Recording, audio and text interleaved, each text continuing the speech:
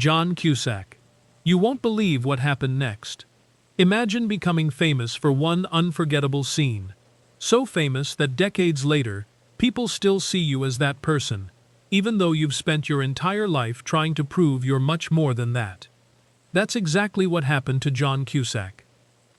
For millions of people, he'll always be remembered as the young guy standing outside with a boombox held high above his head, hoping love would somehow find its way back to him. It became one of the most recognizable images in movie history. But here's the thing. That image was never the whole story.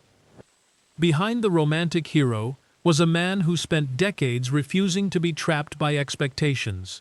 While Hollywood tried to turn him into a predictable leading man, he kept choosing stranger paths, riskier projects, and more personal battles. And eventually, he walked away from the game almost entirely. At 60 years old, John Cusack had already done something few actors ever managed to do. He survived fame without letting fame decide who he was. The story starts in Evanston, Illinois, where John Paul Cusack was born on June 28, 1966. Creativity wasn't just encouraged in the Cusack household, it was practically the family business. His father, Dick Cusack, had built a successful career in advertising. By most people's standards, he had made it. The money was good, the recognition was there. Then he did something that surprised everyone. He quit. Not because he failed, because he felt the work no longer mattered. To him, there were more important things in life than convincing people which toothpaste to buy. That decision shaped the entire family. Instead of chasing comfort, Dick Cusack chose purpose. He became involved in filmmaking, writing, and social issues. Conversations around the dinner table weren't about getting rich or finding safe careers. They were about ideas, art, politics, responsibility, meaning. Growing up in that environment changed John Cusack forever. The lesson was simple. Don't create something unless it says something. That mindset would guide every major decision he made for the next 40 years. By the time he was 12 years old, he was already performing in commercials and voiceover projects. Acting felt natural. Not because anyone forced him into it, because creativity was simply part of everyday life. Before long, he landed small roles and started building experience in front of the camera. At 17, he appeared in his first major film role. A brief attempt at college followed, but it didn't last long. He quickly realized something. Everything he wanted to learn was already happening outside the classroom. So he left. For many young actors, success can arrive before identity. They become whatever the industry needs them to be. But John Cusack had a different foundation. His father's most valuable lesson stayed with him. Either you control your work, or your work controls you. That idea became almost an obsession. Even as a young actor, he wasn't interested in simply showing up, saying lines, and collecting paychecks. He wanted involvement. He wanted influence. He wanted ownership. And that desire would eventually make him one of Hollywood's most fascinating outsiders. During the 1980s, audiences began noticing something different about him. He wasn't the typical movie star. He wasn't impossibly polished. He didn't seem manufactured. There was an awkwardness to him, a sincerity, a feeling that he was playing actual human beings rather than movie characters. People trusted him.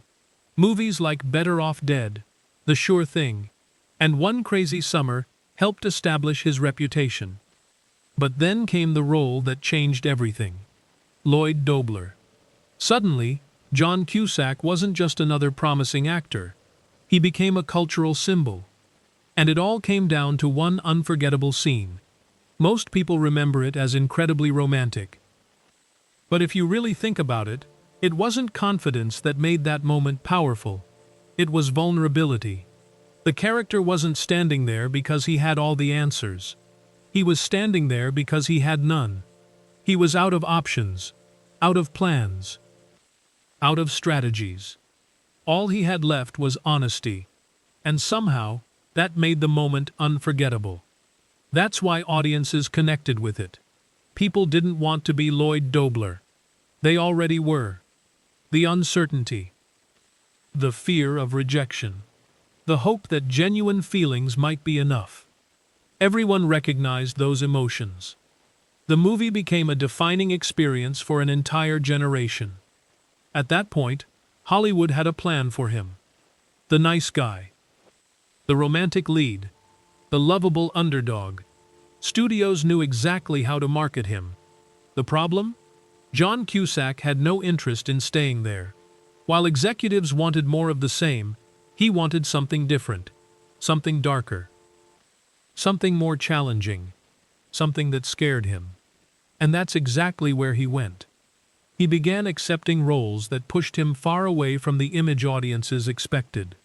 Instead of charming heroes, he explored morally complicated characters. Instead of easy victories, he embraced uncomfortable stories. Every choice seemed designed to answer the same question. What happens when people stop seeing you as who you really are? One of the clearest examples arrived when he starred in The Grifters. Gone was the lovable dreamer. In his place stood a deeply flawed man, trapped in a dangerous world, filled with manipulation and betrayal. The experience changed him. For the first time, he felt he was competing at an entirely different level. Working alongside respected performers forced him to grow. And surprisingly, he loved feeling intimidated. Fear, in his view, meant growth. If a project made him uncomfortable, it probably meant he was doing something worthwhile. That philosophy kept leading him toward stronger and more ambitious work. Soon after, he appeared in 8 Men Out, telling the story of the infamous Black Sox scandal. For John Cusack, this project felt personal. Chicago history wasn't just research material. It was part of his identity. He immersed himself in every detail, determined to capture the emotional truth behind the story. The performance revealed another side of his talent. Not loud, not flashy, just deeply authentic. And while audiences appreciated the work, Hollywood still struggled to understand him. Because every time they tried putting him into a neat little box, he climbed right back out.